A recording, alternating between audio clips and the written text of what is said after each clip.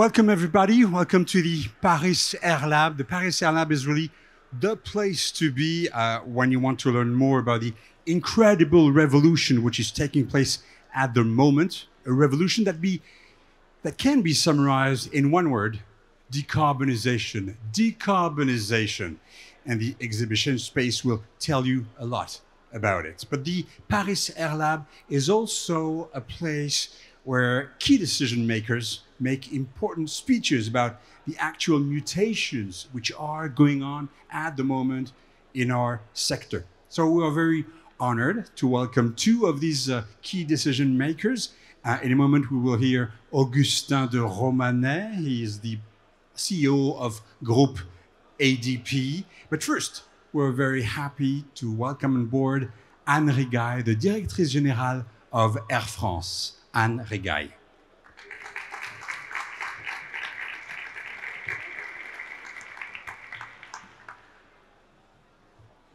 Thank you very much. So thank you to give me the opportunity to speak about the decarbonation of our sector. Oof.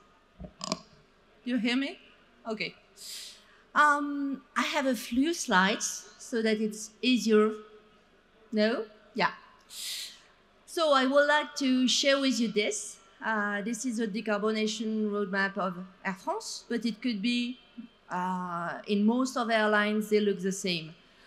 So you know that we committed in the industry to be net zero by 2050, but 2050 is very far. So we took a short-term commitment, minus 30% CO2 emissions in 2030 versus 2019. For this, you can see that we have three pillars. The first one that we accelerated to the maximum at the core of the COVID crisis, it was not obvious, is the fleet renewal. So at Air France, we are currently receiving 60 Airbus 220, 41 Airbus 350 that are consuming 20 to 25% less CO2 and fuel, as you know. We came from only 4% of new generation aircraft before COVID, and we aim at 70%. And only this year, we will be at 30% at the end of this year because the renewal is really quick. And it's the first lever that is at our disposal today. Quite expensive, 1 billion euro per year for Air France every year, but very efficient. Then you can see that we have the operational measures. So our pilots are really very engaged, committed to a taxi with one engine, to choose the most efficient trajectories, to work with the air traffic control, to have the most direct routes, to lighten all the weight that we have on board. So everyone is committed in the airline to maximize, but you can see that it's not at all the first lever. And then the third one is the one everyone speaks about at the moment. It's the sustainable aviation fuel.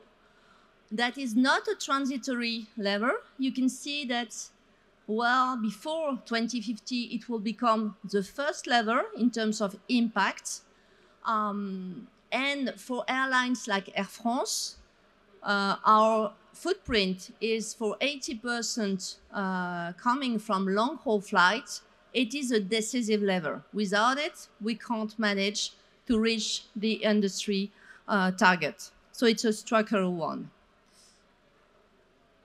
So we committed, regarding the SAF, to incorporate 10% of sustainable aviation fuel by 2030 on all our flights. So it's way above the EU mandate, that is 6%, but only on flights departing from Europe. Why did we commit? Because we want to decarbonize quicker, and because we want to send signal to the industry that it's time to scale up the production of SAF. We are already, I think, pioneer in SAF consumption. Last year, when we looked at it, Air France-KLM consumed 17%, 1/7 of the SAF that is produced worldwide, which is a lot because we consume only 3% of the fuel worldwide. So we were pioneer, we intend to stay pioneers. we choose SAF only with a stricter sustainability criteria defined by EU, even when we buy it abroad, and that is certified by independent bodies, and with no competition with the food chain. So when we hear, yes, but with SAF you won't have enough food for everyone, that is not true. The SAF that we choose has no competition with the food chain. To secure our needs by 2030, because of our ambition, we began to buy a lot of SAF. So we took offtake agreements with Neste in Holland, with DG Fuel in the US. We signed them last year for 1.6 million tons of SAF. We also signed a MOU with TotalEnergies for 800,000 tons of SAF. We are also working with ENGIE, working with EDF on French SAF project. We were very pleased to hear the French president saying that he will support, the government will support BioTJet, which is a very good SAF project in France by Élysée Énergie, sorry. Élysée Énergie is a partner that we work with, and we want those projects to be more and more and quicker, because we need to fulfill the needs of the sector. As you see, at the moment, we consume mainly biofuels, so fuels made with used cooking oils. We know, the whole sector know that the biomass won't be, the availability of the biomass won't be enough for all our needs. And we know that we have to support the emergence of e-fuels production factories. So we are sustaining those new SAF, e-fuels. As you know, a production facility of SAF takes 7 to 7 years to be implemented. It's a huge investment for an energy provider. In France, I think we have 4 projects of e-fuels. When you look in Germany, we have 13 projects, so we have to speed up on this kind of fuels. So, regarding SAF, we have 2 main challenges. The first one is to be able to scale up the production of SAF. As you can see in the first graph, in 2022, the whole production was only worldwide 240,000 tons of SAF. That is not a lot. When we see that the whole sector will need 20 million tons of SAF in 2030, so it's 80 more than what we produced, what the whole energy providers produced last year. So you see the challenge. It's the first one. It's a new industry. It's a lot of risk and challenge for the investors. It's also a lot of opportunity for each country, because it means jobs. It means sovereignty in terms of energy. It means also partnership between industry and agriculture, for example, in France. So we believe that it's really a very positive production to scale up. And then for the airlines, because the airlines are in the end paying for this new energy, the challenge is the overcost. So when you look at it, for an airline, the whole energy is 20 to 30% of the overall cost. Then when we incorporate SAF, the SAF is 3 to 8 times more expensive than the jet fuel. To give you an example, the jet fuel is currently at 800 euro per ton. When we buy SAF in the world, it's 3,500 euro per ton. In France, it's more expensive. To be compliant with the French mandate, it's 5,000 euro per ton, so very expensive. When we go to the US and we buy SAF in the US, because there are a lot of incentives, local and federal incentives, because it's really a political strategy for the Biden administration, we can find SAF with the same criteria in terms of environment, at 2,000 euro per ton. So you see that it's very different depending the countries. And our challenge is to lower the overcost of SAF regarding the jet fuel and to have a more homogeneous SAF price. Why is it important? Because when we look at what we pay, currently, the SAF that we put in our aircraft this year, in 23, it will mean 100 million euro more of cost for Air France, only Air France. When we look at 2030 with a commitment of 10% SAF, it's if the SAF stay at the same price than today, it will be 1.3 billion euro.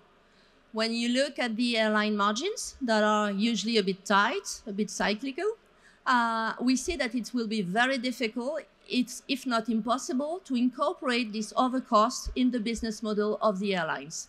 So I think what we need collectively to aim at is to lower the price of this SAF. If not, of course, some say, why don't you just increase the ticket price? That's what we do. For example, we state very transparently to our customers that the ticket price will be higher this year because of the SAF we incorporate. But if you look in 2030, with our ambition, with our targets, from Nice to Singapore, for example, travel, round trip, it would mean 110 euro more per economy passenger. And when you know that we are in a global market, very competitive, that the first criteria for the choice of a carrier is still the price, we see that we can't have regulations or ambitions that are so different. We can't have SAF price that are so different. If it stays like this, it would mean traffic shift on other hubs, because from Nice to Singapore, you can go via Paris, but also via Frankfurt, via Istanbul, via Dubai, and via many other routes. So you see that our main challenge is to keep the regulation in Europe that is very positive, that gives signal to the market, signal to the energy providers, but we also need some incentives. And we see that in the US, it's going very quickly because they have a strong ambition and everything is based on incentive. And we think that the right policy is to have both. So to conclude, 3 things. First, the good thing is that the sector is very committed. You've seen it here at Le Bourget. Everything is about decarbonation, and that's a very good thing. Every trajectory has converged. Everyone knows that SAF is a decisive lever. Second, we more and more know that it will be very difficult for airlines to support the overcost alone. So we need regulation with incentives that is decreasing the SAF production, but also supporting the volumes at the same time. That is the big challenge. So we need coordinated efforts on the whole value chain, from the aircraft and engine manufacturer, airlines, of course, airports, and also the government. And we are really, again, very pleased that the French government sent very strong signals to the market, to the community, to produce more and more SAF. So we're very confident that this will happen. Thank you.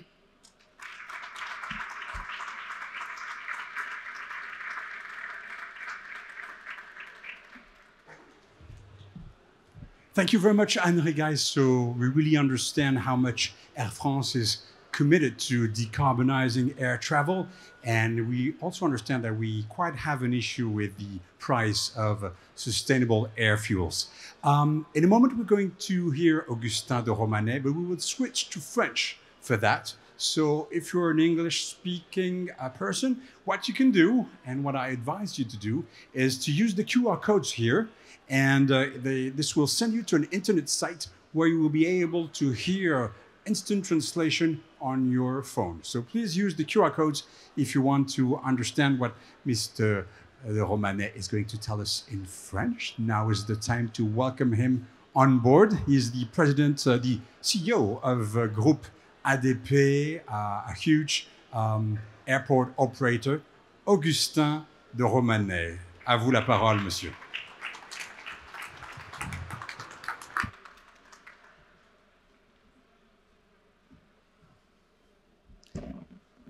Bonjour à tous.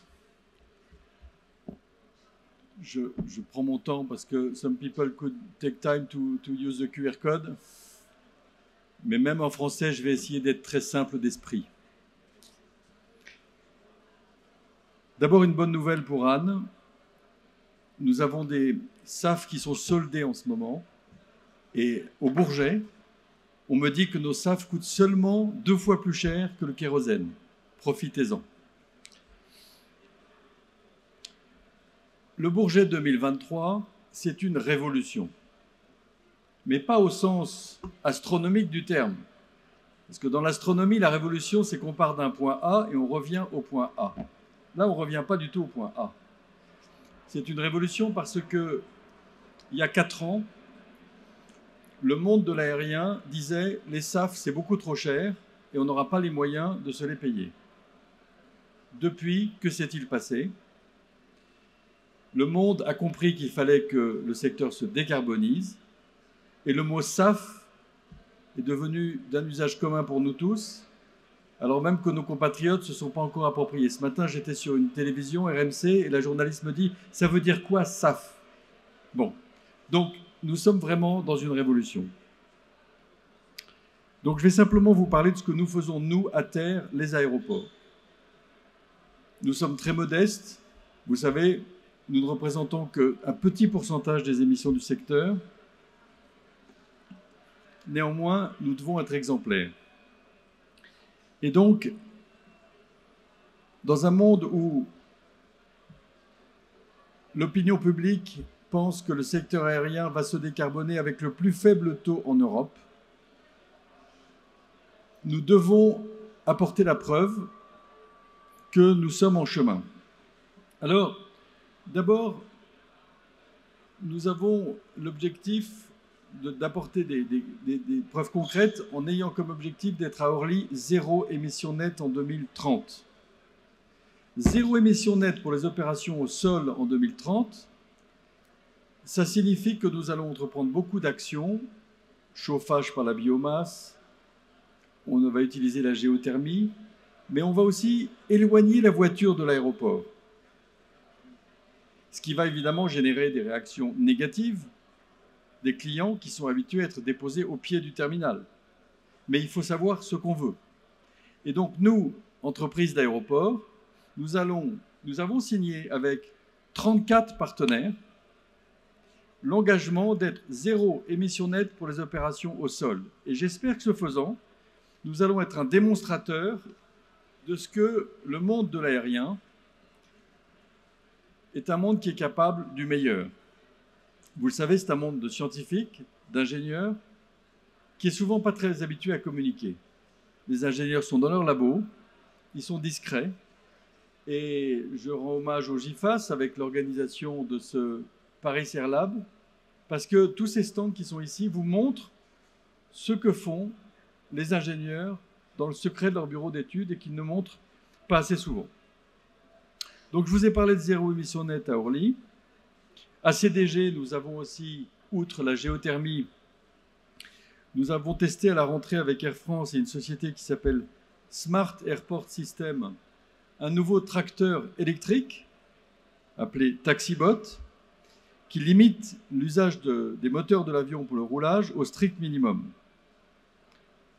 C'est un engin qui permet de tirer un avion de 80 tonnes avec passagers et bagages uniquement avec l'énergie électrique, tous les moteurs éteints. S'agissant du Bourget, nous expérimentons pendant 8 semaines une assistance en escale 100% électrifiée, avec 0 émission. Et nous donnons une illustration de ce que l'aviation d'affaires, si souvent prise comme bouc émissaire, peut montrer l'exemple. Et bientôt, on pourra montrer que l'aviation d'affaires est beaucoup plus en avance et vertueuse que l'aviation commerciale. J'aime bien l'image d'Éric Trappier qui disait ce matin à la radio, finalement, prendre l'aviation d'affaires comme bouc émissaire, c'est comme si, dans le transport routier, on prenait l'automobile comme bouc émissaire par rapport aux autobus. Bon, les avions de transport de passagers sont des autobus, Et les jets privés sont des automobiles. Au Bourget, nous avons pour ambition d'électrifier 100% des équipements au sol d'ici 2025, alors que nous n'étions qu'à 15% en 2021. Et nous allons installer des stations de recharge électrique, une dizaine, pour que ce type d'avion puisse utiliser le Bourget facilement. Enfin, last but not least, il y a un an, je rencontrais le patron d'une entreprise française très importante en lui expliquant qu'au Bourget, nous avions des stations-service qui délivraient des carburants durables avec le procédé HEFA, vous savez, les huiles usagées. Il me disait « Ah bon, je ne suis pas au courant ». C'était il y a un an. Et 365 jours après, il n'y a pas un utilisateur d'avion privé qui ne se flatte d'utiliser ces carburants durables. Donc le monde va très très vite et le Bourget en donne la preuve. En tant qu'entreprise d'aéroport, nous cherchons aussi l'innovation avec la promotion des eVTOL. Lorsque nous avons fait notre partenariat avec la société allemande Volocopter, on nous prenait pour des fous. Et ce matin, j'entendrai Carlos Tavares, le patron de Stellantis, expliquer qu'il allait faire un partenariat avec la société américaine Arch pour développer des milliers de eVTOL à compter de 2025. Donc, vers 13h15 tous les jours, soyez attentifs à la démonstration du eVTOL de Volocopter, avec lequel nous avons un partenariat, qui fera des démonstrations au moment des Jeux Olympiques de 2024. Dès lors que cet eVTOL sera certifié par le EASA, nous aurons la première démonstration au monde de vols commerciaux de passagers pendant la période des Jeux et pour la suite. Donc, le groupe ADP souhaite jouer son rôle d'innovateur. Vous voyez l'exemple de ce qu'on appelle le Vertiport, qui sera installé à Charles de Gaulle, qui permettra donc aux engins d'aller de Charles de Gaulle au centre de Paris ou de Charles de Gaulle à Issy-les-Moulineaux. Enfin, et je vais conclure parce que c'est déjà beaucoup trop long, le groupe ADP va aider les compagnies aériennes à changer de mix énergétique, notamment en accueillant les SAF et en s'apprêtant éventuellement à accueillir des SAF qui émettent encore moins de CO2, c'est-à-dire des SAF dont on a enlevé les aromatiques. Il y a une petite difficulté technique, vous le savez, c'est que si vous enlevez les aromatiques des SAF, il faut changer tous les pipelines, parce que comme ils sont beaucoup plus fluides, l'aromatique ayant pour objet de le rendre un tout petit peu plus visqueux, il faut changer tous nos pipelines pour éviter les fuites. Eh bien, ce défi des SAF sans aromatique, ça se prépare maintenant. Le défi de l'alimentation en hydrogène des véhicules de piste ou des véhicules de transport en commun, ça se prépare maintenant. Raison pour laquelle, en tant que groupe aéroportuaire, nous sommes très mobilisés sur cette question de la décarbonisation du transport aérien dans son ensemble. Et vous le savez, nous faisons flèche de tout bois, y compris en faisant changer d'avis M. Jancovici. Je ne sais pas si vous étiez là hier soir au débat au ministère du Transport, mais ça a été un grand moment. Parce que M. Jancovici a fait un propos dans lequel il n'a pas parlé de sa limitation à 4 vols dans une vie.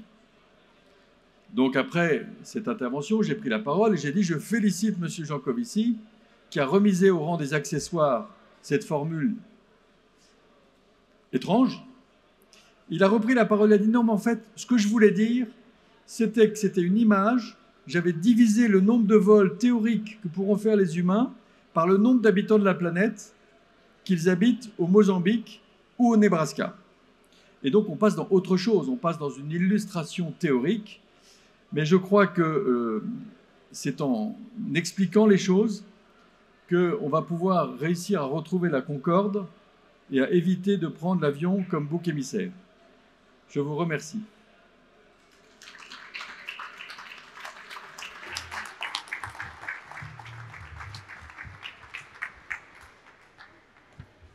Monsieur de Romanet, il me semble que vous avez un dossier important qu'il ne faut pas oublier. Merci beaucoup.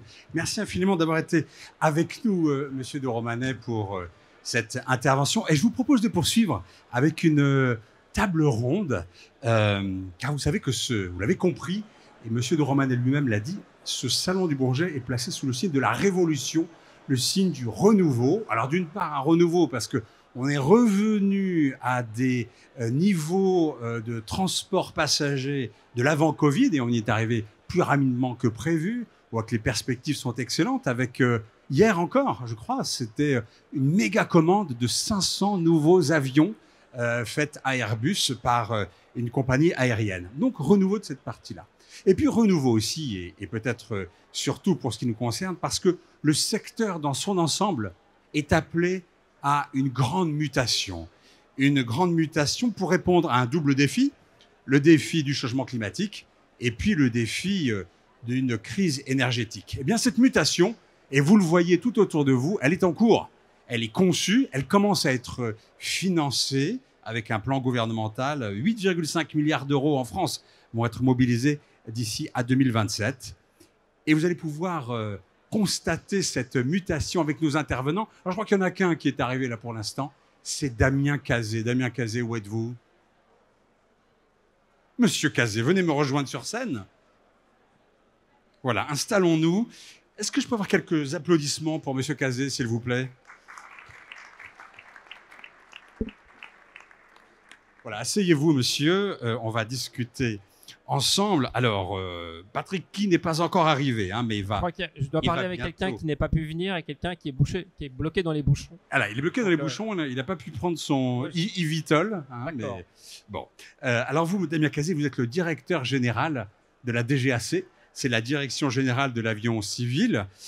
Et avec vous, on va parler de ces engagements pour une dynamique mondiale vers le bas carbone. Monsieur de Romanet parlait d'une révolution, je parlais de renouveau. Vous êtes d'accord? Vous avez l'impression qu'effectivement, on est dans une révolution? Je voudrais d'abord saluer mon antéprédécesseur, Michel Wackenheim, qui est présent et qui m'a accompagné depuis ma nomination à la DGAC. Et Michel, il pourrait d'ailleurs tout à fait me remplacer ou remplacer à la fois l'OACI, l'EASA et la DGAC, parce qu'il a fait à peu près tous les postes. Et pour en parler souvent avec lui, c'est vrai qu'en 20 ans, les choses ont énormément bougé dans ce domaine. Et même, je n'ai pas assisté au début de l'intervention d'Augustin, mais c'est vrai qu'il y a 4 ans, quand on parlait de décarbonation, on avait du mal à trouver des intervenants. Maintenant, les choses ont beaucoup changé, les esprits ont beaucoup changé. Surtout, ce qui m'a frappé en arrivant, moi je suis arrivé au milieu de la Covid, Orly était fermé et il y avait quasiment plus de trafic. Ce qui m'a beaucoup surpris, c'est que tout le monde s'est réveillé de cette longue léthargie partout, que ce soit dans le monde, et avec le même sentiment. C'est-à-dire qu'il s'était passé à la fois la crise sanitaire et la conversion écologique, et que la pression était très forte sur ce deuxième sujet. Et c'était vrai en Europe, évidemment, mais c'était très vrai aussi en Asie, très vrai aux États-Unis, en Afrique, mais sous des formes différentes. Ça, c'est un deuxième point, c'est que la pression publique ou les attentes sociétales, elles diffèrent par rapport au terrain, au territoire. Si vous regardez même en France, les attentes sont différentes dans le centre de Paris qu'elles ne le sont dans les métropoles ou dans les petits territoires parfois enclavés, ou outre-mer, où au contraire la demande d'aérien reste très forte. Donc je pense qu'il y a un mouvement général qui est très vrai, très établi dans le monde entier, mais qu'il est décliné différemment selon les territoires. Alors Patrick Ky est donc pris dans les embouteillages. Il est le directeur exécutif de l'EASA. Et l'EASA, c'est la European Union Aviation Safety Agency, donc l'agence de l'Union européenne pour la sécurité aérienne. Cette table ronde, Monsieur Cazé, elle s'intitule « Des engagements pour une dynamique mondiale vers le bas carbone ». J'ai l'impression qu'on est là au-delà des engagements. Le coup est parti, les acteurs sont en route. Est-ce que je me trompe? Un peu. Pour l'instant, on a fait le plus simple, c'est-à-dire qu'on s'est dit qu'on allait partir à Marseille, on a acheté la carte, on est porte d'Orléans, mais on n'a aucune idée de l'itinéraire. En tout cas, l'itinéraire reste encore incertain et le trajet reste long. C'est-à-dire qu'on a fait prendre des engagements au nom de la pression sociale et politique qui existait en Occident, essentiellement. On les a fait prendre par le monde entier. Et maintenant, le monde entier attend qu'on lui donne à la fois des solutions technologiques, des aides financières, des moyens techniques pour réaliser cette conversion qui doit être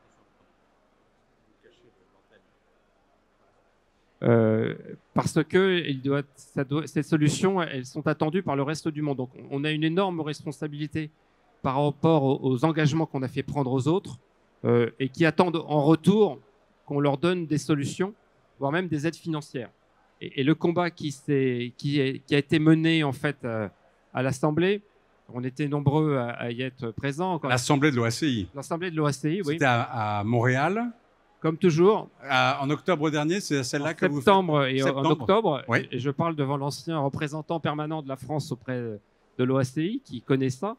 Il y avait deux sujets qui nous inquiétaient beaucoup, et dont j'avais d'ailleurs peur que l'un prenne le pas sur l'autre. C'était d'abord la gestion du conflit ukrainien et de la nécessaire solidarité qu'on devrait montrer par rapport à nos collègues amis ukrainiens vis-à-vis de l'agression russe. Et donc qui conduisait à la suite des violations patentes par la Russie de la convention de l'OACI, qui nécessitait l'éviction de la Russie.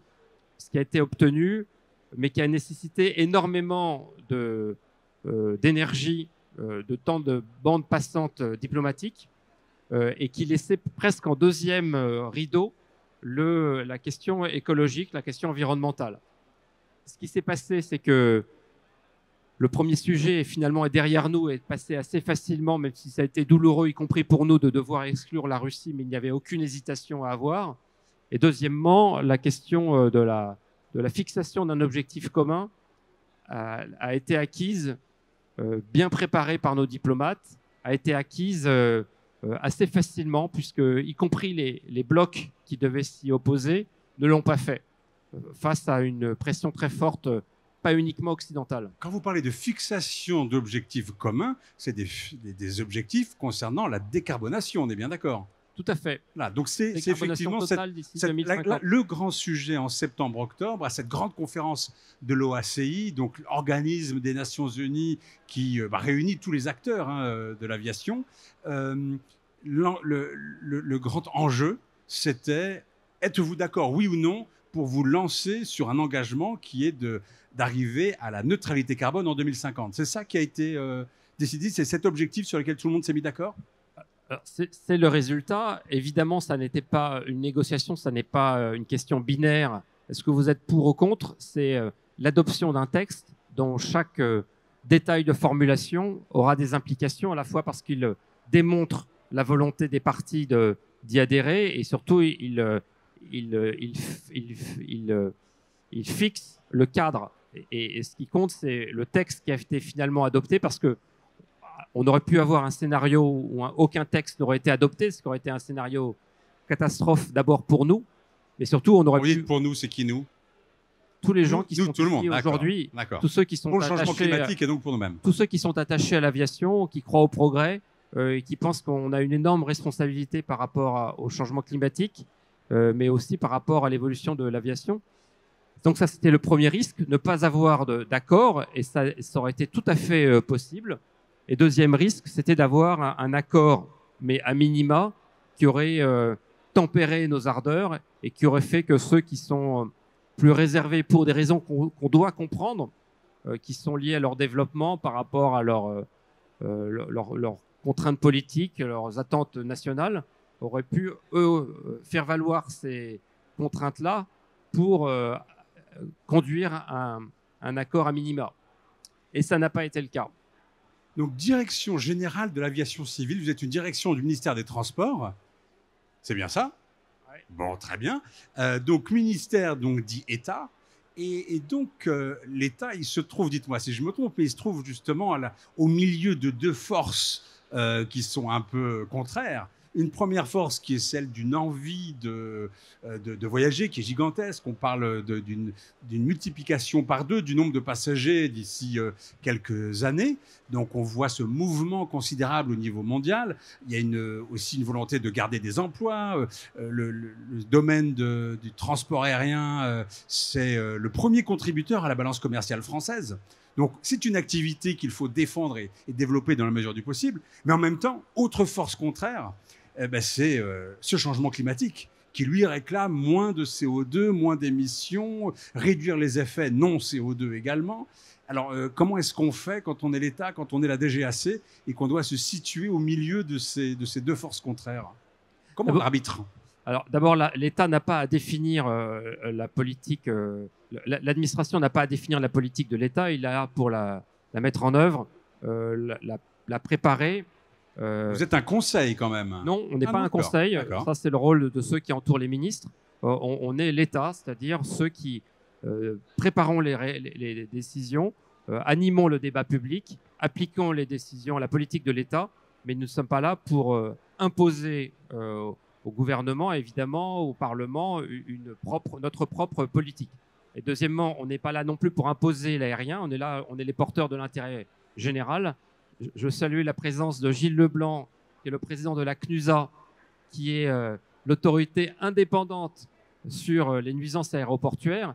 Et dans cette matière-là aussi, lorsque je rencontre les riverains, je leur dis que l'État n'est pas là pour imposer l'aviation aux populations. Il est là pour éclairer les débats, y compris les débats locaux, et faire en sorte que ça se passe au mieux. Les gens veulent ou non de l'aviation, ils veulent ou non d'un aéroport. En revanche, il faut savoir que les aéroports, comme l'aviation, comme les secteurs industriels, ça ne repousse pas. Donc, avant de prendre des décisions contraires, il faut sagement les éclairer.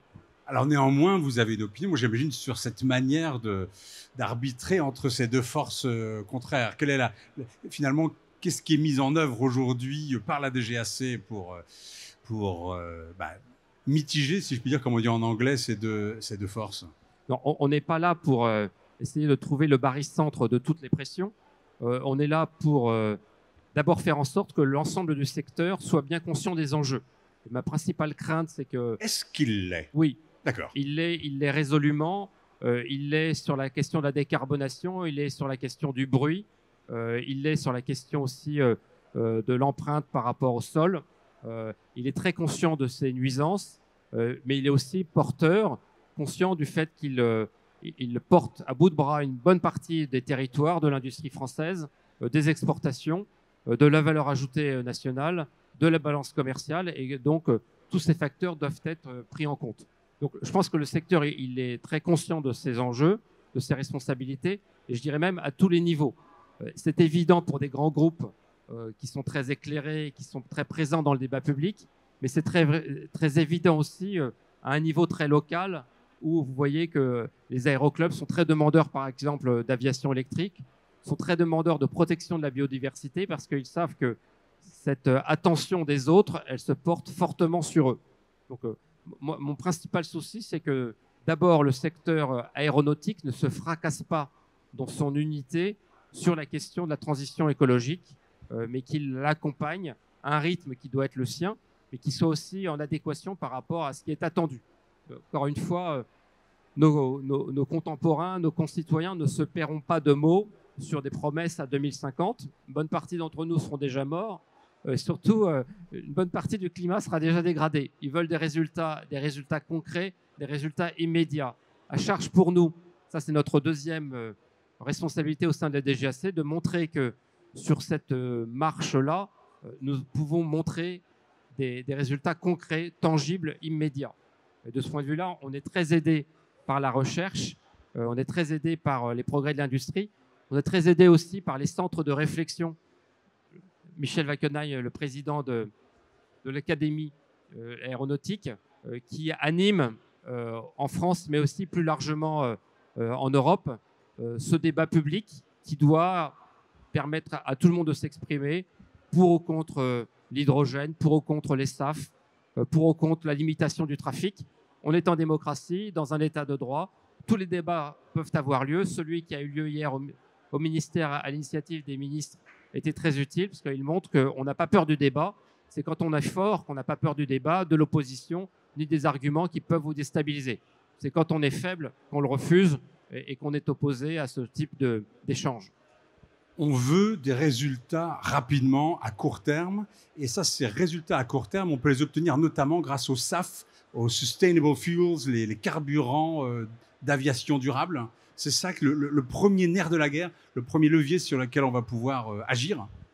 Non, je pense que la première chose pour économiser du carburant, la première source d'économie de carburant, c'est celui qu'on ne brûle pas. Donc, par la technologie, par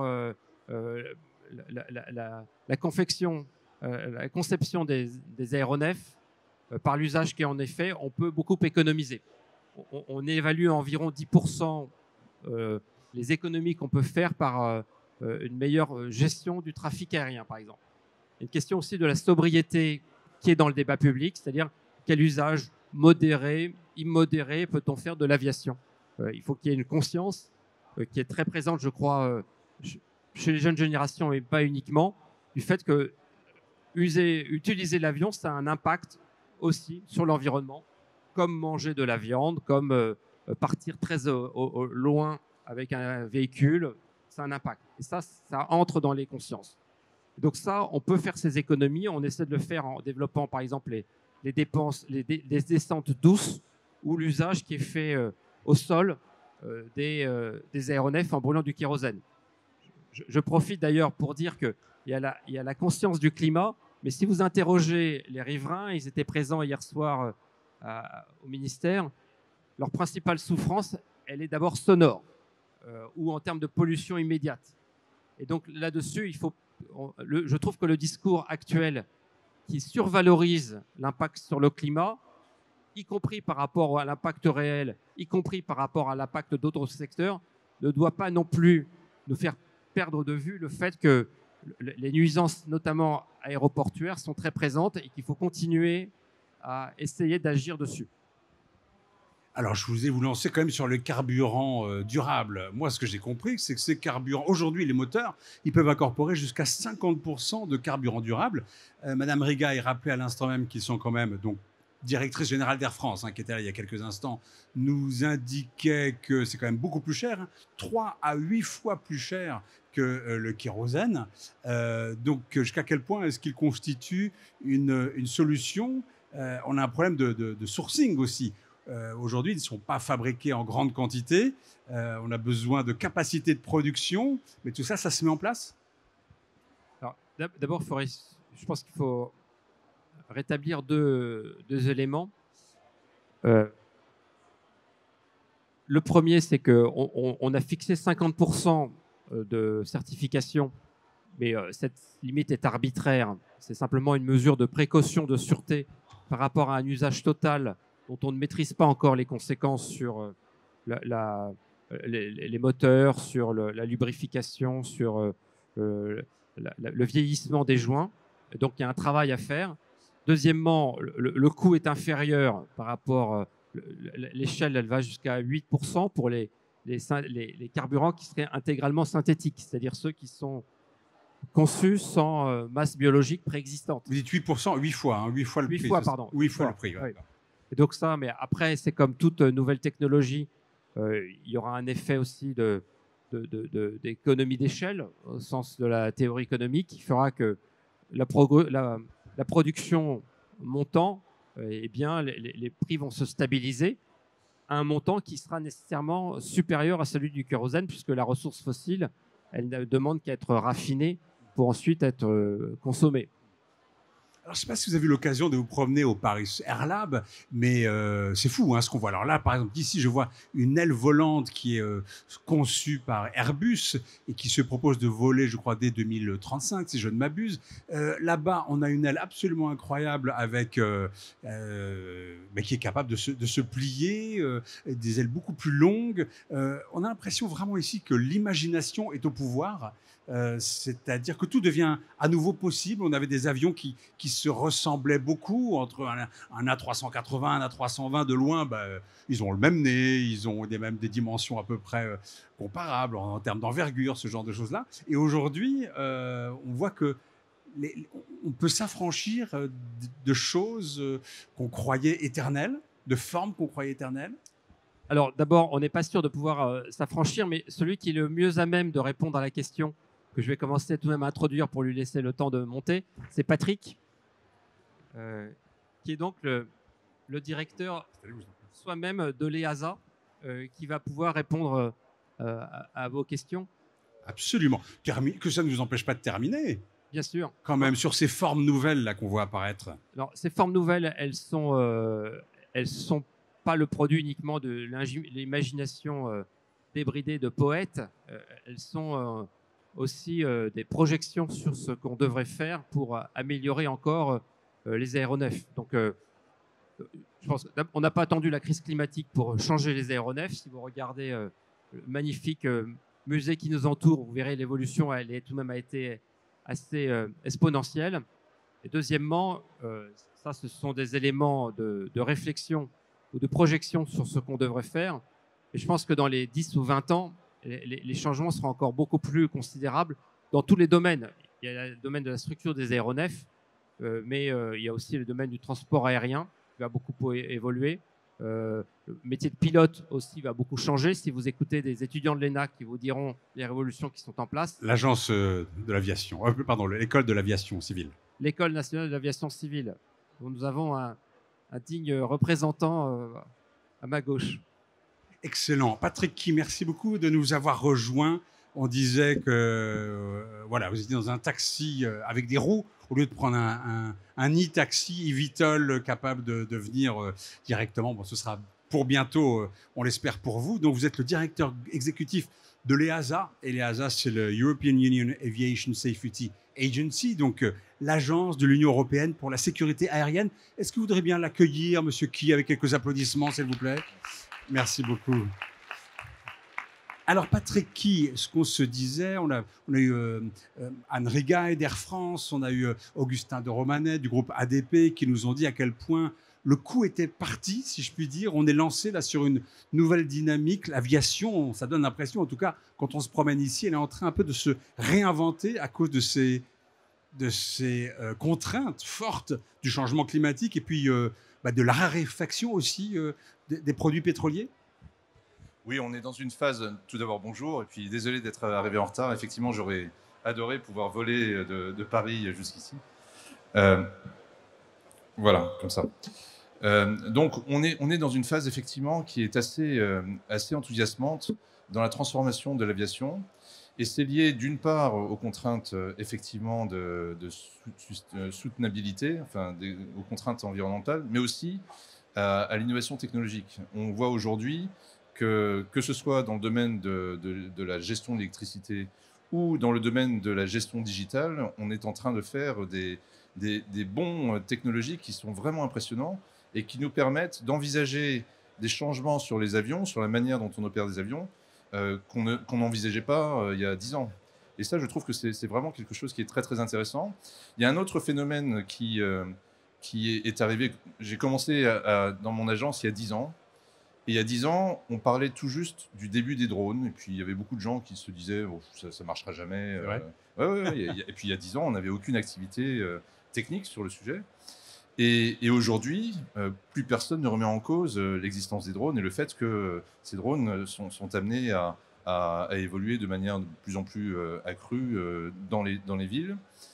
Et ce qui a été très intéressant avec les drones, c'est que ça a fait rentrer dans notre communauté aéronautique des gens qui ne connaissaient rien à l'aéronautique, qui étaient des gens qui venaient du monde digital, qui venaient du monde de la photo, qui venaient d'un monde complètement différent et qui ont amené, je crois, beaucoup de sang neuf, beaucoup d'idées neuves et puis aussi des modèles d'organisation qui n'avaient rien à voir avec ce qu'on connaissait jusqu'à présent. Donc on est vraiment dans une phase de renouveau de l'aviation qui est très, très excitante. Une phase de renouveau vraiment excitante.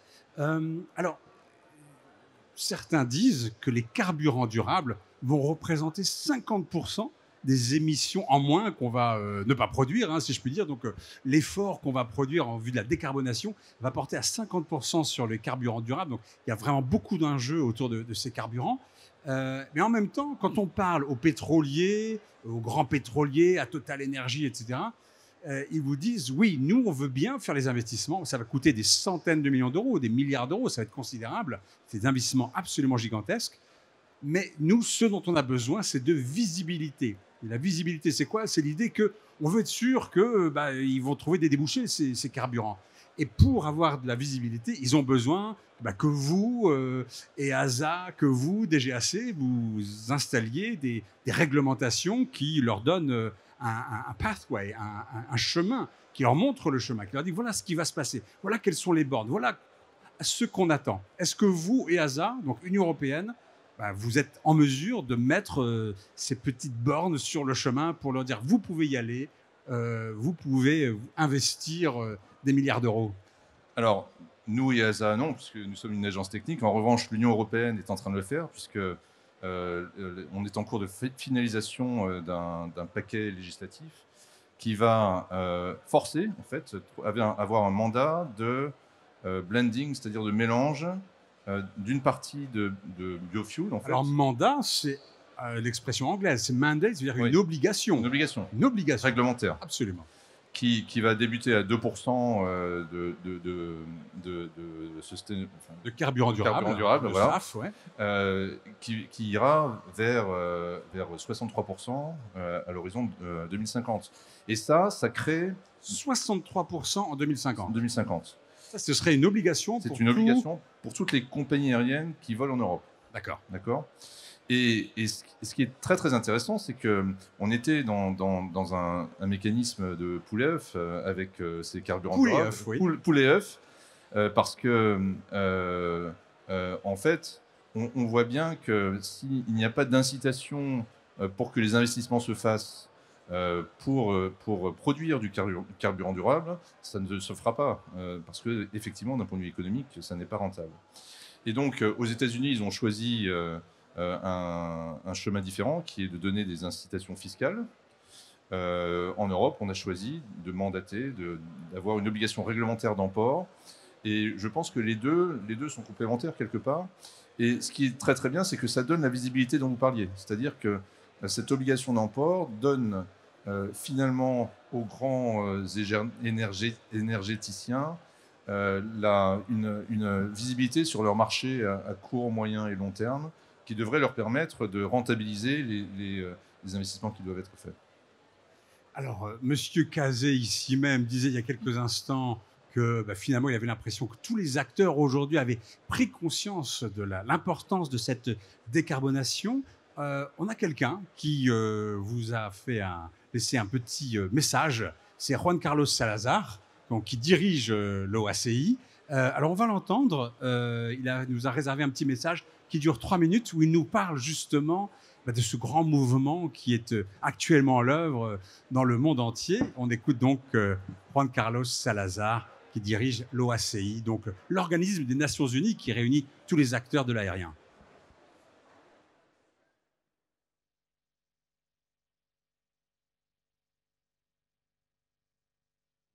Ladies and gentlemen, friends and colleagues, I wish to begin today by applauding governments and industry for their aligned commitments to achieve carbon-neutral air transport by 2050.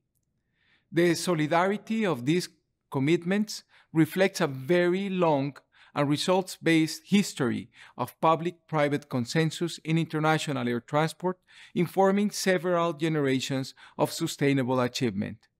Sustainable aviation fuels, with much lower life cycle CO2 emissions, can deliver important near-term results towards this objective. The tremendous potential of these new fuels, however, is counterbalanced by the enormous challenge to scale up their production and distribution. ICAO is therefore fostering new international partnerships and cooperations with the energy and financial sectors to accelerate the much-needed investment. We are also helping countries to build local capacities and foster international contacts to optimize their SAF potential through our ICAO Assistance Capacity Building and Training for Sustainable Aviation Fuels, the ACT-SAF program. To date, more than 120 states and international organizations are now very actively participating in this initiative, many of whom will also be attending our third high-level conference on aviation and alternative fuels, the CAF3 event, to be held in Dubai this November, just before the UNFCCC COP28 conference, to be held thereafter also in Dubai. Besides lower carbon fuels in the mid to longer term, we should begin to see further CO2 emissions reductions arising from cutting-edge innovations in aeronautics and aircraft designs, propulsion and energy storage, material sciences, and many other areas of current research and development which have clear applications to greening powered flight. The incredible diversity of pace of these innovations should make us recognize of what aviation will be able to achieve by 2050 in the face of the latest discoveries. Multilateral engagements are fundamental to realizing aviation's greener future on an aligned worldwide basis, and ICAO will continue to serve as the global nexus for that progress. In closing today, I wish to re-emphasize that aviation's journey towards net zero will only be successful if everyone is on board. And boarding time is now for ICAO's Global Coalition for Sustainable Aviation. Thank you again for this opportunity, and I wish you very engaging and productive discussions.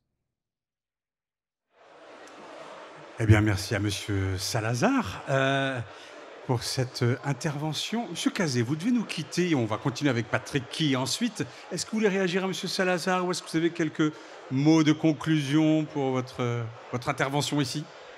Pas de conclusion, c'était quelques questions. Simplement, plusieurs choses. Il y a la ministre Pannier-Runacher qui est présente dans nos lieux. Il y a un formidable combat qui s'est mené au niveau européen et qui a été gagné par la France, notamment pour la capacité à produire de l'énergie d'origine nucléaire. Ce combat, il a été mené grâce aussi au soutien de nombreux pays. Mais la France a été très leader sur ce sujet. C'est un sujet sur lequel on avait encore il y a un an beaucoup d'inquiétudes. Le lien avec l'aviation, c'est quoi? C'est qu'on peut produire de l'électricité. Écoutez, M. Jancovici, ou tous ceux qui se penchent sur les chiffres, l'équation, elle n'a pas de solution s'il n'y a pas une augmentation radicale de la capacité de produire de l'énergie. Et donc de l'électricité sans produire de CO2 ou le moins possible. En tout cas, il y a des conflits d'usage qui font qu'on a besoin énormément d'énergie dans les années qui viennent. Deuxièmement, dans le discours de Juan Carlos, il s'élève aussi des sujets liés à la capacité à certifier les SAF, pour lesquels Patrick Ky devra nous donner, ou l'EASA devront nous donner dans les années qui viennent, les solutions. Pour rencontrer beaucoup de délégations étrangères, ils attendent aussi le résultat des travaux de nos industriels et les résultats de travaux de l'EASA dans les années qui viennent pour savoir quel type de carburants seront utilisables. Il y aura un optimum à trouver entre les questions techniques et les questions économiques, questions diplomatiques aussi pour savoir qui produit, qui importe. Et ce débat-là, il sera vu, comme l'a dit Juan Carlos, au mois de novembre à la réunion qui aura lieu à Dubaï. Mais je pense qu'il va animer les prochaines assemblées de l'OACI. La troisième chose, c'est qu'on a sur ces sujets besoin de grands industriels, on les a. On a besoin de grandes compagnies, de grands aéroports, on les a. On a besoin aussi d'un milieu intellectuel qui permette des débats, des échanges d'idées, on les a. On a aussi besoin, et on l'a découvert récemment, ou les Américains l'ont découvert à leurs dépens, on a besoin d'une exceptionnelle capacité de certification. On l'a, et je ne pourrais pas quitter ces quelques échanges sans rendre hommage au travail exceptionnel qui a été fait par Patrick depuis 10 ans à la tête de l'EASA, qui fait que, au-delà des crises qu'on a traversées, crise du MAX, crise sanitaire, eh bien, on a eu à la fois, l'Europe les a passées sans encombre, si je puis dire, grâce à l'EASA. Et par ailleurs, l'EASA s'est imposée en Europe, mais dans le monde entier, comme étant l'organisme de référence de certification. Je peux vous dire que ce n'était pas gagné. On le doit très largement à l'EASA et à Patrick Ky. Et cet outil-là, il faut qu'on l'utilise maintenant dans les années qui viennent, les décennies qui viennent, pour faire en sorte que nos avantages économiques, ils soient aussi valorisés et partagés dans le monde. Patrick, tu le sais, on te doit énormément pour tout ce que tu as fait. Au moment où tu vas quitter l'agence, nous savons tous ce que nous te devons. Alors, je crois que ça mérite quelques applaudissements, là. On ne peut pas passer à côté, là. Merci beaucoup, Monsieur Cazé, d'avoir été avec nous. On va donc poursuivre avec vous, Patrick Key. On parlait donc de cette puissance certificatrice de l'EASA. Ça, c'est un de vos grands métiers, hein, la certification. Et notamment, Monsieur Cazé, à l'instant même, parlait de la certification des CAD, des nouveaux carburants. Et donc là, vous avez un rôle à jouer important. On est en attente aussi de ce que vous allez certifier ou non. Alors, on va avoir un rôle qui est prévu par la réglementation européenne, qui a un rôle, on appelle ça de clearinghouse. C'est pas un rôle de certification à proprement parler, c'est un rôle de soutien à l'industrie pour les aider à faire certifier justement leur carburant. Parce que le vrai challenge pour ces nouveaux carburants, ça va être la fourniture, la supply, la fourniture de nouveaux produits. Et donc, nous pensons qu'il faut à tout prix faciliter le fait que de nouveaux producteurs de carburant puissent s'établir en Europe et puissent accroître la quantité produite. Et pour ce faire, nous avons reçu comme mandat, comme obligation du législateur de mettre en place les moyens qui vont guider justement ces nouveaux arrivants dans la production et l'obtention de certificats pour produire du carburant de bonne qualité. Alors, on avait Juan Carlos Salazar qui s'exprimait il y a quelques minutes. Donc, c'est le grand dirigeant de l'OACI. Il a eu des mots intéressants. Il a utilisé le mot... Alors, il se réjouissait des résultats qui ont été obtenus et du fait qu'on embarque tout le monde vers cette idée d'une neutralité carbone vers 2050 pour le transport aérien. Il a parlé de solidarité. On a besoin de solidarité entre les acteurs mondiaux pour parvenir... Mais la solidarité, elle se décrète pas. On a plutôt des entreprises qui se taillent des croupières, si vous me passez l'expression. Donc, comment est-ce qu'on joue entre concurrence, compétition, solidarité? Comment ça marche, ça? Le transport aérien, il est international par nature.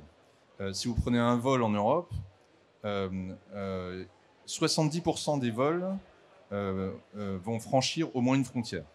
D'accord? Ce qui veut dire que avoir un combat comme celui de la soutenabilité, d'avoir la décarbonation du transport aérien, on ne peut pas le faire uniquement en France. Ça n'a de sens que si c'est fait au moins à un niveau régional et encore plus si c'est fait au niveau mondial. Et on le voit bien dans le mandat, je parle toujours de mandat, je suis désolé, dans les règlements qui est en train d'être approuvé par l'Union européenne, c'est l'ensemble des compagnies aériennes qui volent en Europe, y compris les compagnies étrangères. Et ce qui veut dire que si on veut avoir un système de l'aviation qui, globalement, est performant d'un point de vue environnemental, on voit bien qu'on est obligé d'aller imposer des choses ou de demander à ce que des compagnies aériennes et d'autres pays, d'autres régions du monde suivent le même mouvement. Et c'est un des enjeux de l'OACI, c'est un des enjeux aussi dans un certain nombre de pays en voie de développement, de pouvoir se doter de la capacité de production ou de la capacité à avoir des carburants durables qui peuvent alimenter les compagnies aériennes locales. Alors, jusqu'à quel point est-ce que l'Union européenne est un moteur dans ce grand mouvement vers la décarbonation? Est-ce que, autant que les États-Unis, par exemple, j'ai l'impression que les États-Unis sont partis un petit peu plus tard, mais finalement, une fois qu'ils sont lancés, ils se lancent avec beaucoup de force, avec notamment, vous le disiez, des incitations financières considérables pour favoriser justement cette décarbonation du transport aérien?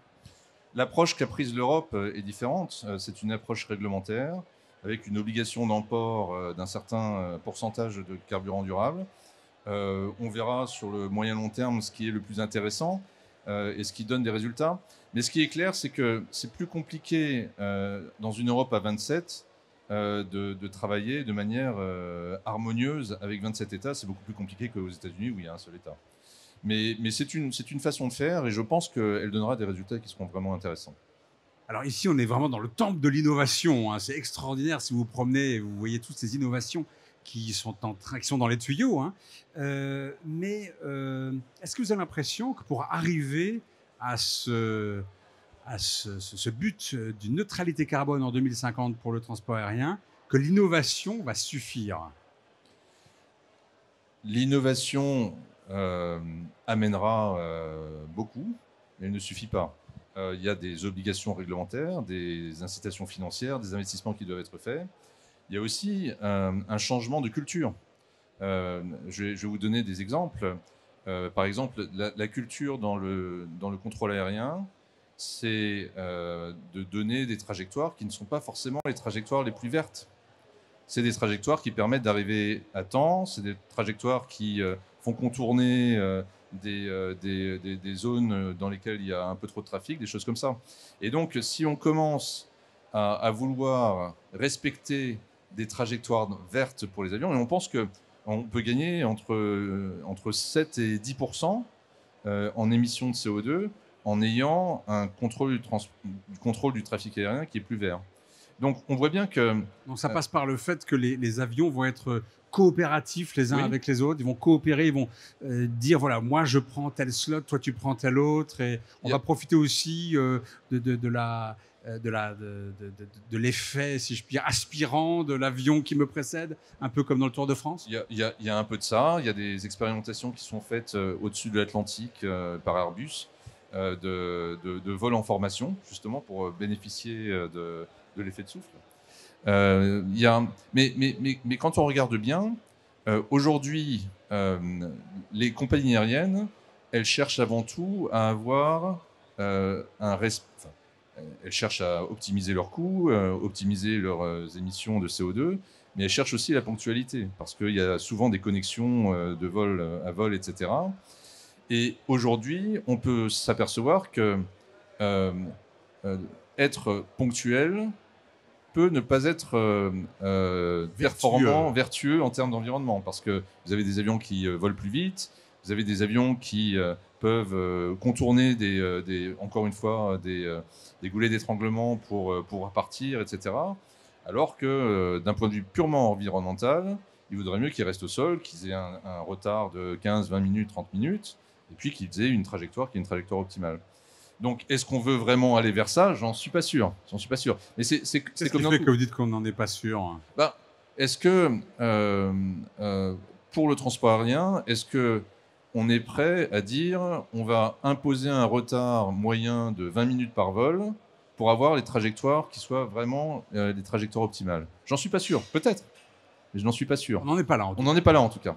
Et puis c'est la même chose sur les formations vous savez, dans le sillage des avions, il y a ce qu'on appelle les contrails, qui sont des nuages qui se forment d'eau, enfin d'humidité, et il y a des discussions sur l'impact climatique de ces cirrus qui peuvent se former derrière les avions à une certaine altitude. Ça fait partie de ce qu'on appelle les effets non CO2. Voilà. Ce sont des effets sur le climat, mais qui ne dépendent pas de la quantité de CO2 produite. Voilà.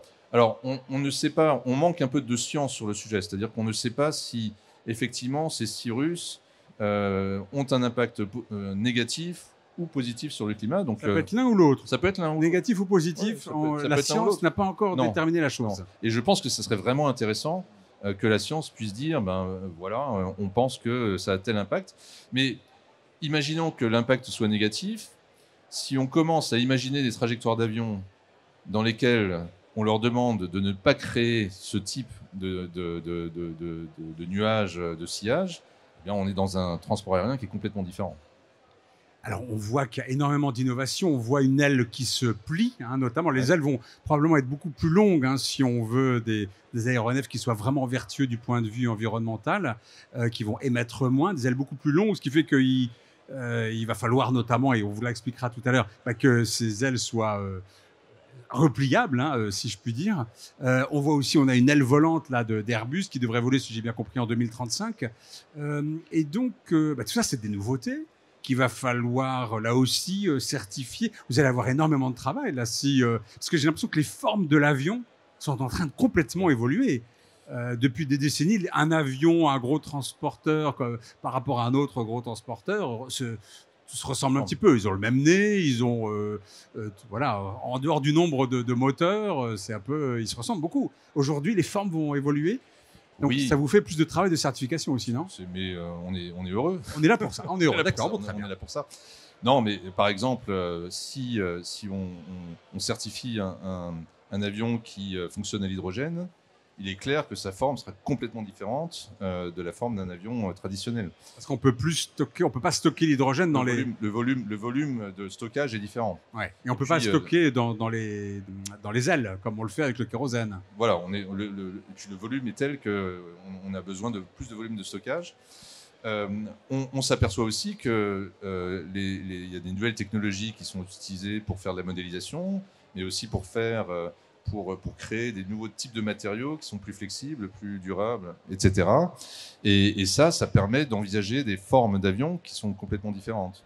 Et pour faire ça, en fait, on a créé une notion de partenariat avec l'industrie, dans lequel, dans ce partenariat, on permet à des industriels de venir vers nous très très en amont, avec des idées peut-être un peu folles, et puis de tester avec nous si elles sont vraiment folles, ou si elles ont un potentiel pour pouvoir être sûres. Parce que pour nous, ce qui compte, c'est la sûreté, enfin la sécurité des avions. Et on entame très très en amont ce type de dialogue avec l'industrie, ce qui est très très riche. On a signé une 50aine de contrats comme ça, avec des sociétés françaises, européennes, même américaines. Et on s'aperçoit qu'il y a énormément d'innovations qui arrivent et qui sont vraiment intéressantes pour l'avenir du transport aérien. Alors, l'un des problèmes, c'est que si certains acteurs commencent à bouger, commencent à se lancer vers une aviation plus durable, plus verte, ça va leur coûter plus cher. On le voit avec Anne Rigail, DG d'Air France, qui tout à l'heure nous disait que voilà, les carburants durables aujourd'hui coûtent entre 3 et 8 fois plus cher que le kérosène. Donc, c'est quand même pas rien. Est-ce que ça ne va pas introduire des distorsions de concurrence d'une compagnie à l'autre? Finalement, moi, si j'ai envie d'être vertueux en tant que compagnie aérienne, financièrement, j'y ai pas vraiment intérêt parce que ça va me coûter plus cher quand même. Et donc, mes billets vont coûter plus cher. C'est très clair. C'est la raison pour laquelle l'Union européenne a souhaité avoir une obligation réglementaire qui fait que tout le monde est traité sur un pied d'égalité, pour ne pas introduire justement de distorsions entre différents concurrents. Après, si vous regardez bien, d'un point de vue purement environnemental, les compagnies aériennes les plus performantes par passager sont les compagnies low cost. Pourquoi? Parce que ce sont celles qui ont... Elles remplissent les avions, non, c'est pas ça? Il y a ça d'une part, mais aussi et surtout parce que ce sont celles qui ont les flottes les plus récentes.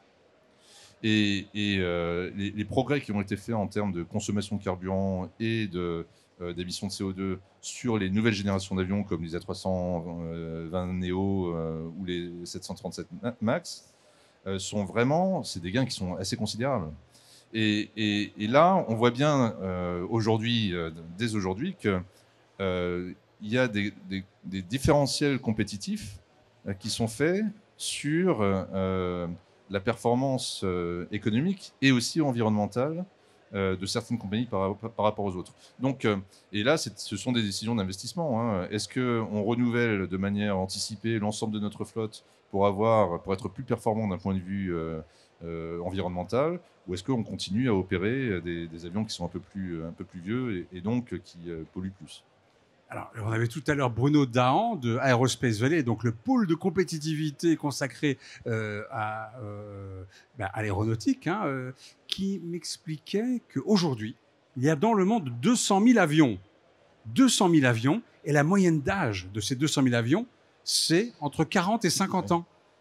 Donc, en fait, il y a beaucoup en réalité de petits avions qui sont très anciens, qui volent encore, et ils volent non pas avec du kérosène comme tout le monde, mais avec du kérosène plombé pour la plupart d'entre eux. Et ça, c'est une situation qui ne peut pas durer, je suppose, du point de vue environnemental.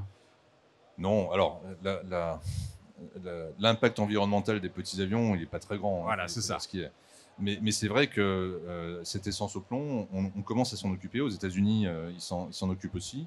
Aux États-Unis, ils ont une aviation générale, on appelle ça l'aviation générale, les petits avions qui est beaucoup plus beaucoup plus importante que chez nous, mais on commence à regarder ça de très près pour aussi arriver dans un cycle plus vertueux d'un point de vue environnemental pour l'aviation générale.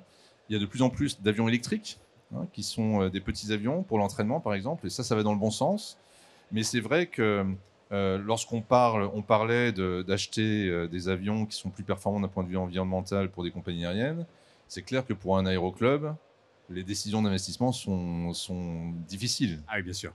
Et renouveler des avions, effectivement, la moyenne d'âge doit être entre 20 et 30 ans.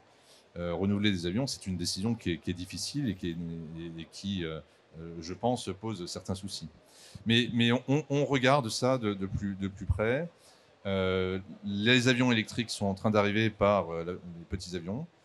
Et je pense que ça peut être aussi un changement de paradigme, aussi d'un point de vue économique. Est-ce qu'on peut parler des VTOL quelques instants? Donc les VTOL, ce sont ces avions, ou ces véhicules en tout cas volants, à décollage et atterrissage vertical. On a des e-VTOL maintenant, donc des VTOL électriques. On va en avoir en démonstration pendant les Jeux Olympiques. On va en voir normalement là en vol tout à l'heure. Ça, c'est un peu un petit casse-tête, je suppose, je vous dites, du point de vue réglementaire, c'est-à-dire que ce sont des VTOL qui doivent se poser. Est-ce qu'ils peuvent se poser, alors pas n'importe où évidemment, sur des héliports, au Salon du Bourget bien sûr, mais on peut imaginer, parce qu'on les appelle des taxis volants. Donc l'idée, c'est qu'on puisse les utiliser facilement de Paris à je ne sais pas où d'ailleurs, de Paris au Bourget typiquement. Est-ce que ça, c'est imaginable? On va voir ce genre de choses-là se répandre, se diversifier. On va voir de plus en plus de VTOL dans le ciel de nos pays. Donc, nous sommes en train de certifier 5 produits différents. Le premier arrivera en 2024 pour les Jeux Olympiques à Paris. Donc, celui qui va voler sera certifié. Ouais. Celui qui vole. La certification est en cours. Donc, oui, c'est ça. Donc, on espère qu'il sera certifié pour 2024. Enfin, ils espèrent aussi. Mais je ne peux pas m'engager sur le respect des échéances. On a d'autres eVTOL qui sont donc Volocopter. Il est sur un segment qui est vraiment le taxi urbain, c'est-à-dire effectivement Roissy, centre de Paris, Le Bourget, centre de Paris, des choses comme ça. Quand on dit centre de Paris, c'est où au centre de Paris? Je pense qu'ils ont parce qu'aujourd'hui, les hélicoptères, ils n'ont pas le droit de survoler Paris. Oui. Alors, on est en train de regarder ça avec la DGAC d'ailleurs, pour avoir des modes de cheminement qui soient les moins risqués possibles, surtout dans les premières phases. Donc, voler au-dessus de la Seine, par exemple, des choses comme ça. Et dans les idées, mais Aéroports de Paris sont les premiers en ligne sur ce sujet-là. Centre de Paris, ça peut vouloir l'héliport d'Issy-les-Moulineaux. Ça peut vouloir dire aussi potentiellement un site dans le centre de Paris, au-dessus de l'eau, dans la Seine. De l'eau, oui, ah oui, d'accord. Sur lesquels on pourrait se poser. Ils sont en train de regarder la manière dont ils pourraient aller vers des cités comme Versailles, par exemple, pour se mettre dans des chemins touristiques, en gros. Et ce qui est très intéressant, c'est que vous le verrez quand il y aura des démonstrations, c'est très très silencieux. Et ça, c'est intéressant dans une ville. C'est-à-dire que par rapport à un hélicoptère, qui fait quand même du bruit, on a des véhicules qui sont très silencieux, qui ont des capacités à se poser qui sont plus simples qu'un hélicoptère aussi. Donc, ils ont la capacité à vraiment se poser de manière très verticale. Ce qui fait que l'empreinte au sol pour mettre en place l'équivalent d'un héliport, on appelle ça un vertiport, l'empreinte au sol est beaucoup plus faible. Donc je pense que c'est un nouveau produit qui est intéressant. Il y en a dans le monde, il y en a peut-être une vingtaine qui sont en train d'être produits. Aux États-Unis, il y en a beaucoup. Ils sont assez intéressants à voir. Et c'est dans un hall, le hall 5 à côté d'ici. Il y a même des très gros avions. Enfin, je ne sais pas si on peut les appeler des avions qui vont jusqu'à 10 places. Et je pense que potentiellement, pour des courtes distances, alors Volocopter, c'est vraiment le transport urbain, mais leurs concurrents, ils sont plutôt sur des distances qui vont autour de 200-250 km. Et compte tenu du fait qu'une fois encore, l'empreinte au sol n'est pas forcément très grande, ça permet d'envisager de pouvoir avoir des services aériens qui lient une ville qui est un peu enclavée, sur laquelle il n'y a pas d'aéroport, avec une capitale ou avec une grande métropole. Alors, il faut qu'on parle de l'avion à hydrogène. C'est pas pour tout de suite, l'avion à hydrogène. C'est pas évident, tout est pas réglé. Et il y a notamment la question de la sécurité qui revient toujours, hein, parce que l'hydrogène, au contact de l'oxygène, dites-moi si je me trompe, mais ça explose, hein, ouais. Ça se passe bien, ça s'enflamme. Et de l'oxygène, il y en a un petit peu autour de nous. Donc, ces affaires de sécurité, comment est-ce qu'on les prend en compte quand on est les hasards? On se dit, mais oui, bien sûr, on va avoir des avions à hydrogène qui vont voler dans le ciel. On travaille avec Airbus sur le sujet. On n'a pas de doute sur le fait qu'on puisse certifier un avion qui vole à l'hydrogène. Les vraies questions, c'est quelles sont les performances de cet avion, parce que évidemment, prendre en compte des mesures de sécurité pour faire en sorte que ça se passe bien, ça a un coût, hein, non seulement un coût financier, mais aussi un coût en termes de poids, en termes de performance. Donc la vraie équation, elle doit être déterminée du côté d'Airbus, c'est-à-dire compte tenu des exigences de sécurité qu'on a, qui sont tout à fait normales, est-ce que l'architecture des nouveaux produits permettra d'avoir un avion qui remplit les performances qui sont voulues? Ça, c'est le premier problème qui, à mon avis, on peut le résoudre. Donc, je ne suis pas trop inquiet là-dessus. En revanche, là où je suis un peu plus inquiet, c'est sur la chaîne d'approvisionnement de l'hydrogène, parce que c'est bien d'avoir un avion qui fonctionne à l'hydrogène, mais il faut que l'hydrogène puisse être chargé à bord de l'avion, ce qui veut dire qu'il faut une capacité dans les aéroports d'acheminer de l'hydrogène. Et là, comment est-ce qu'on garantit la sécurité de cet approvisionnement? Je ne dis pas que c'est pas possible, mais il faut qu'on regarde ça de très près.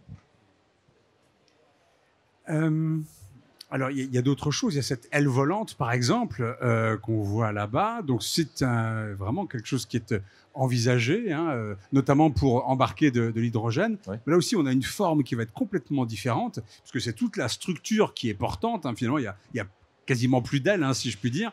Mais un avion comme ça, il est très instable dans le ciel. Il plane pas vraiment. Il plane difficilement. Ça aussi, ça vous... On peut tout faire. On peut tout faire. On peut tout faire. On peut tout faire. On peut tout faire. On peut tout faire. Donc, des caractéristiques différentes en termes de capacité à planer, des capacités différentes en termes de stabilité. Tout ça, ça se gère. Enfin, il n'y a pas de problème. Ça se gère avec de l'électronique, ça se gère avec de la propulsion. Après, c'est ce que je disais tout à l'heure. Tout ça, ça a un coût. C'est-à-dire, ça a un coût technique, ça a un coût en termes de poids, ça a un coût en termes de performance. Et c'est ça la vraie difficulté de l'équation. Est-ce qu'on parlerait un mot de compensation? Il y a des obligations aujourd'hui de compensation ou pas? La compensation, c'est quoi, hein? C'est le fait que, tout simplement, on émet du CO2 quand on voyage, mais on pourrait peut-être aussi créer des puits de carbone, capter du CO2, aider au captage du CO2, notamment en plantant des arbres. Hein. Et donc, il y a des obligations aujourd'hui. Il y a le dispositif Corsair dans ce domaine-là. Où est-ce qu'on en est de la captation et la compensation des émissions de CO2 dans le domaine du transport aérien? Alors là, on sort vraiment de mon domaine d'expertise. Ah, d'accord. Je peux pas vous dire. Mais je sais qu'il y a un mécanisme d'échange, hein, de droits carbone, en fait, qui a été mis en place en Europe de manière réglementaire et qui permet justement de traiter ce type de phénomène de compensation, etc. Donc vous avez des droits carbone que vous pouvez négocier ou acheter sur le marché. Alors, il y a un autre dispositif qui est intéressant, c'est par exemple Fit for 55 Oui. que vous mettez en œuvre. Oui. C'est un dispositif réglementaire de l'Union européenne.